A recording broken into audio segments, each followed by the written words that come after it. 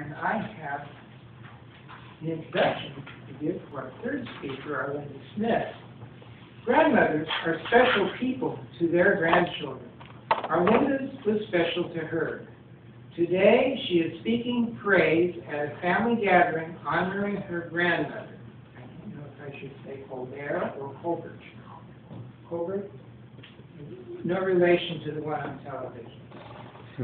Please help me welcome Arlinda Smith in Praise of Grandma Colbert. In Praise of Grandma Colbert, Arlinda Smith.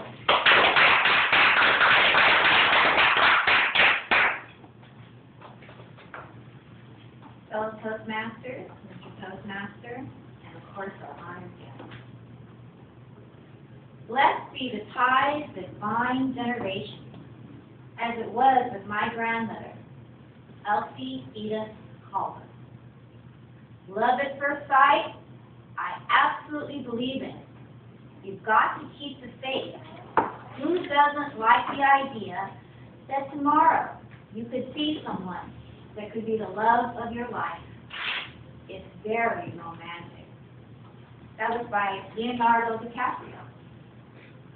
Grandmother was 5'3" tall, with long blue-black wavy hair down to her waist, a sharp, quick wit, and beautiful brown eyes that were wide beyond her years.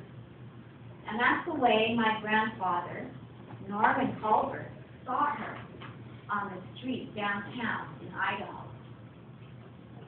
And he pointed to his friend and he said, "You know, that is the woman that I'm going to marry."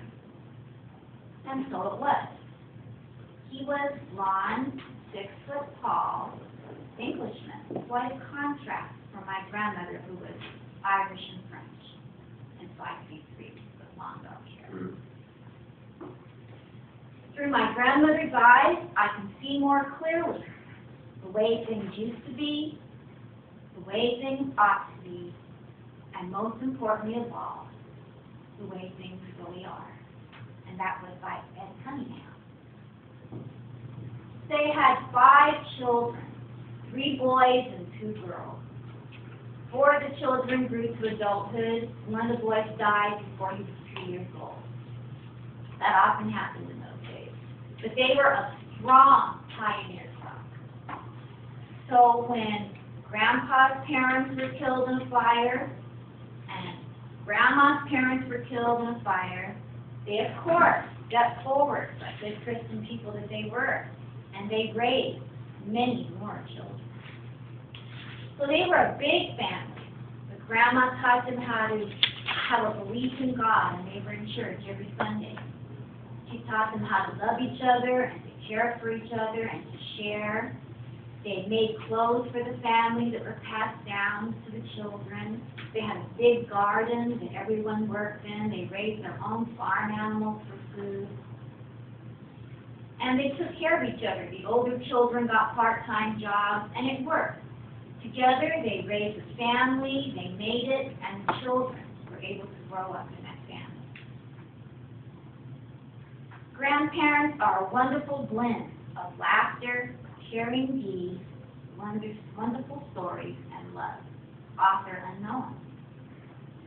My earliest memories of my grandmother were with the time that she spent with me.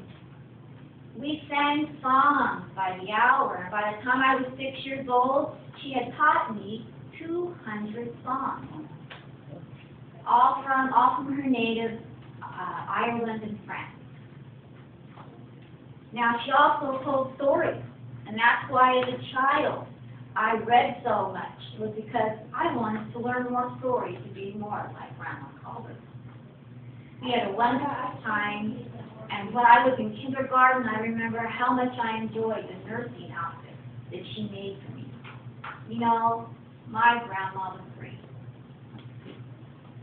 What children need most are essentials that grandparents promise and invest in.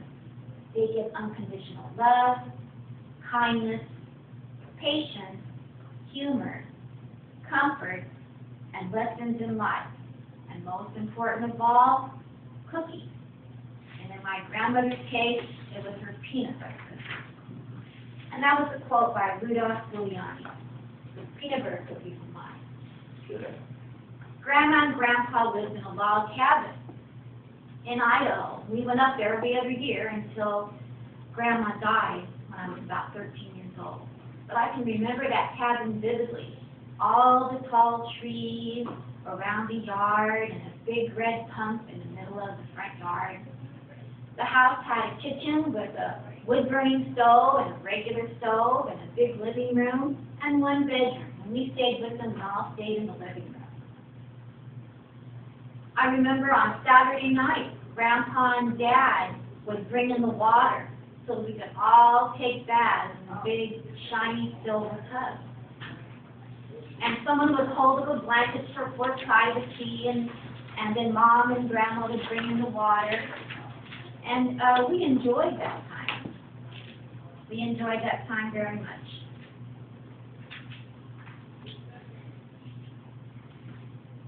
Grandma would make peanut butter cookies handed down to her from my Aunt Selma. And my sister Nancy and I would walk around eating those peanut butter cookies and smelling the wonderful odor of Grandma Colbert's gardenia perfume, which left a sweet trail behind her, like breadcrumbs for her grandchildren to follow. Today, I still wear gardenia perfume in memory of my grandmother.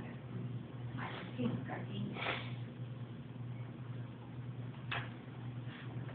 My grandmother started walking 5 miles a day when she was 50. Now she's 97 and we don't know where the hell she is. That's a quote by Ellen DeGeneres.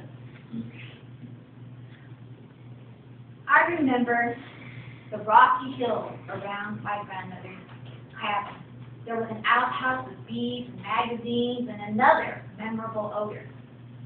But under the urging of Grandma, we climbed those hills, we walked around those trails, we got lots of fresh air.